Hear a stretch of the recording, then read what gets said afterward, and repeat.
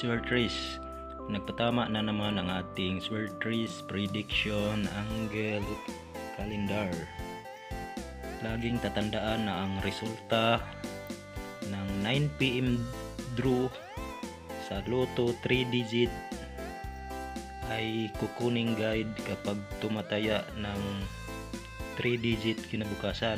Halimbawa, ang resulta noong December 11 9 PM draw ay 4 to 5 at walang ibang makikita na 4 to 5 dyan sa ating Swertres prediction angle calendar.